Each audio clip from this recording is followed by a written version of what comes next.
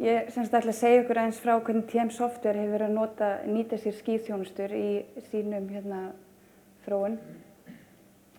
Það sem ég ætla að fara yfir ég ætla að fara aðeins yfir TM Software og Tempo. Rauninni hvað er Tempo og hver var hugmyndin af Tempo, hver okkar markmið eru og hvernig okkur gengur með vöruna. Nú þegar við byrjuðum að þróa Tempo þá náttúrulega voru ákveðnar áskoranir í því ferli sem ég ætla aðeins að kynna fyrir ykkur. Og þær eru bæði tæknilegar og svo þekkingarlegar. Og ég ætla að sýna ykkur hvernig við erum að nota skíð. Og það sem ég er líka lærlingur Péturs, þá er ég hérna með glæru sjálfa mig. Ég hef unnið hjá samstæðinu í 11 ár og starfa í dag sem sérfræðingur í Atlassian-vörum hjá TM Software. Og ef ég byrja aðeins að segja ykkur frá TM Software og Tempo, að þá er Tempo tímaskráningakerfi. Það er tímaskráningakerfi sem er viðbót við Jira, sem er kerfi frá Atlassian og er verkbeðnakerfi.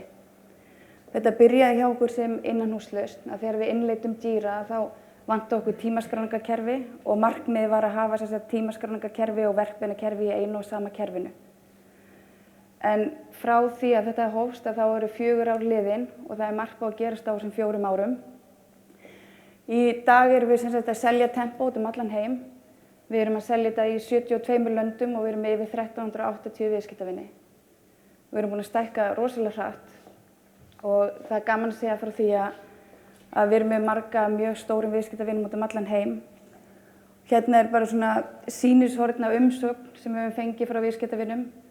En þetta birtist í nýja tölublaði Tempo Times sem er blað sem að Tempo plugin gefur út ársfjórðungslega. Og við tökum glöð á móti bara öllum ábendingum frá okkar viðskiptavinum og þeir fá í rauninni að taka þátt í þróun á kerfinu hjá okkur. Teymið á bak við Tempo er ekki stórt, þrátt fyrir stærð kerfisins, en þetta eru 10 manns og eins og sjáum við mjög glaðlegur hópur og uppfullur af hugmyndum.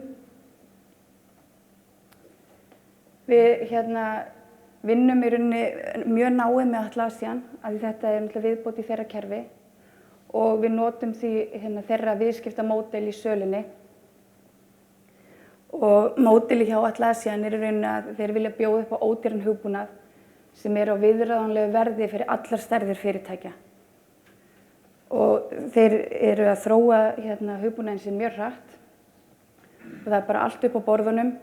Allur hugbúnaður sem þeir selja, að þú getur fengið 30 daga trial-útgáfu. Þeir eru stærstu hugbúnaðurinn er Jira og Confluence, sem að meðal annars Nýherji er að nota líka. Og það er sérstaklega gaman að segja frá því að 9 af 10 top Fortune 500 fyrirtækjunum eru að nota hugbúnað frá Atlassian. Þeir leggja líka mikla áherslu á því að þú getur bara farið á netið og keypt hugbúnaðinn, þannig að þetta byggist á sjálfsafgreiðslu. Þannig að þú þarft ekki að hafa samskipti við neitt sölumann.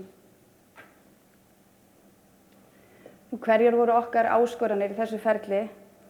Þær voru fyrsta lagi tæknilegar. Við vorum með ákveðin kerfi sem voru ekki sniðin af þeim þörfum sem við höfðum. Þannig að við þurftum að hugsa fyrir því hvað við getum gert til að leysa þetta. Það er fólst mikil áhætta í því að fara að aðlaga þau kerfi sem við vorum með. Bæði hefði myndið að taka langan tíma og það væri mikill kostnaður á bak við það. Og þau kerfi hafa líka svona frekar þunga viðskiptaferla sem var eitthvað sem hentaði okkur ekki. Og svo sjálfsögum átti kerfin sem okkur vantaði ekki kosta mikið. Lausnin fyrir okkur var bara software as a service. Við komumst að því að þetta var ódýr lausn og hún hefur stuttan innleiðingartíma og lágmarks áhættu fjárfesting.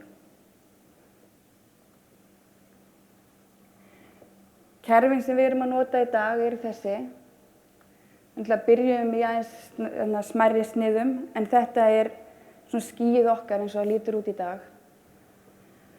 Og ég ætla að fara stuttlega yfir hvert og eitt kerfi, en kerfin eru flest auðkennd á móti Google. Við erum með Google App Engine sem er hjartað í okkar kerfum. Google App Engine stýrir samþættingu við hin kerfin og það er stjórnborð sem sýnir okkur hvort allt sé að virka rétt og allt sé í lagi. Nú, frá viðskiptavinnum séð að þá byrjar hann á því að fara inn á tempoplugin.com og stofnar sig þar. Ef hann ætlar að kaupa Tempo þá fer hann hér inn, hann stofnar sig og með því hann að stofna sig inn í viðskiptakerfunum okkar. Og þá komum við fyrst að Freshbooks, það er rauninni kerfi sem við erum að nota sem viðskiptamannakerfi. Þarna er viðskiptavinnurinn búinn að stofna sig sjálfur og þarna verður til reikningur í gegnum Tempo-plugin og hann getur greitt leyfin með kreditkorti. Upplýsingarnar greiddan reikning og leyfi fara svo yfir í Google App Engine gagnageymslu og tengist þar af leiðandi öðrum kerfum. Mailchimp eru markpostkerfið sem við erum að nota.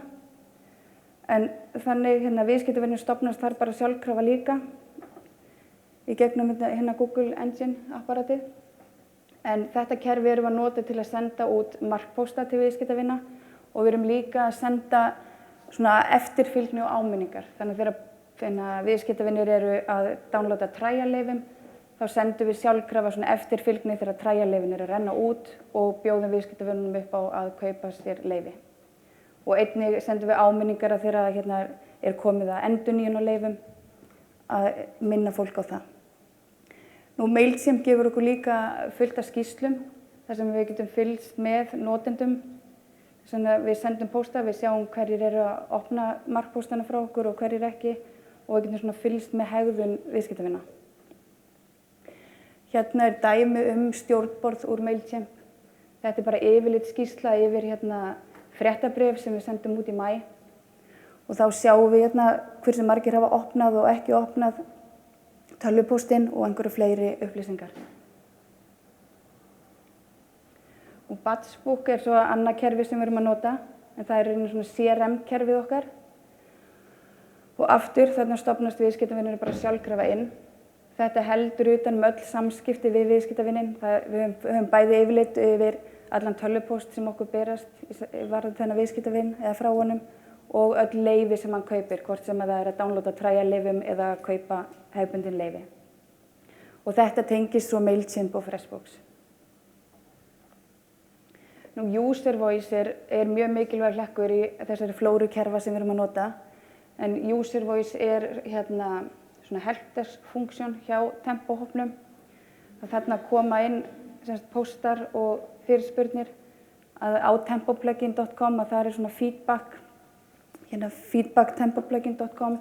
Þar er hægt að senda inn annars vegar fyrirspurnir og koma með ábendingar það sem þeir vilja að verði í áframhaldandi þróun. Það er næstu útgáfa af kerfinu. Í User Voice er líka haldið upp utan svona ákveðin þekkingagrunn. Þannig að forritararnir eru að setja inn svona frequently asked questions og með það markmið að viðskiptavinir fái þá bara svör við sínum spurningum í gegnum þennan þekkingagrunn, þurfum við ekki að hafa samband. User Voice hefur mjög gott mælaborð sem er mynd af því og sjáum við dæmi svona helpdesk report frá þeim. Og þá er það í rauninni þetta hér, instant answers, það sem við erum horfum mest á. Að við viljum að þessi prósenta hækki. Hún er í dag 7%, sem þýðir að 7% þeirra sem eru að leita sér að svörum inn á vefnum fá strax svör í gegnum þekkingagrunnin, en hinir fá svör í gegnum þá tölvupósta og stundum þurfa að verða til dýramál ef að vera að tilkynna einhverja bugga í kerfinu eða slíkt. Og svo sjáum við að skoða notenduna, hverjir eru að svara flestum fyrirspurnum og hverjir eru að fá hrós og þess háttar. Þannig að þetta myndar ákveðin líka samkeppni innan hópsins. Þeir eru svolítið að keppast á milli, hver er að fá flestu hrósin og hver er að svara mest. Nú svo erum við að nota Google Apps líka. Við erum bara að nota Gmail fyrir okkar tölvupóst og þar erum við með ákveðið plugin sem kallast Rapportive. Og það virkar þannig að þegar við förum með músina yfir e-mail adressur að þá flettir Rapportive upp í samfélagsmiðlum. Það sér hvort að viðkomandi er á Twitter eða Facebook, LinkedIn og líka hvort hann er til í okkar kerfum eins og Mailchimp og Freshbooks. Og svo notum við bara tjattið þarna til að tala okkar á milli og við notum dagatalið og við notum Google Docs til að vista skjölin okkar í. kannski síðasta kerfi sem við erum að nota það er þetta Gecko-board. Við erum svona nýlega búin að innleiða það og erum svona að prófa okkur áfram í að búa til stjórnborð. Þetta er rauninni bara birtingarmynd af upplýsingum. Við erum að veiða upplýsingar úr mörgum kerfum og svona birta þær á einum skjá sem eru svona upplýsingaskjár fyrir starfsmenn. Og dæmi hérna Gecko-board sem er uppi hjá okkur, að hér erum við að sjá dreifingu á tempólyfjum, hvernig tempólyfin dreifast heiminn. Hérna sjáum við sölu aukninguna, þannig að sjáum við það gríðarlega vöxtur í þessu. Tempó er að vaksa milli 400 og 500% á milli ára og þá náttúrulega skiptir þessi sjálfvirknivæðing gríðarlega miklu máli vegna þess að við viljum náttúrulega ekki að innviðin okkar og starfsmannafjöldin vaxi á sama hraða. Og svo sjáum við líka hérna við erum að fiska upp á Facebook hversu margir eru búin að like okkur á Facebook og tala okkur á Twitter og svo framvegis.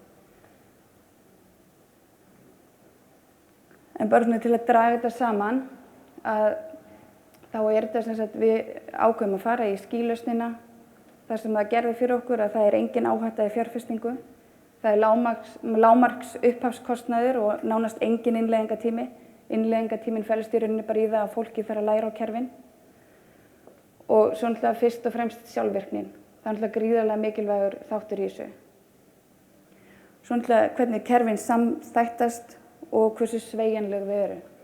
Men ef okkur dettur í hug að hætta að nota eitt kerfi að þá er það ekkert, þá sjáum við ekkert eftir því allavega ekki kostnaðarlega séð.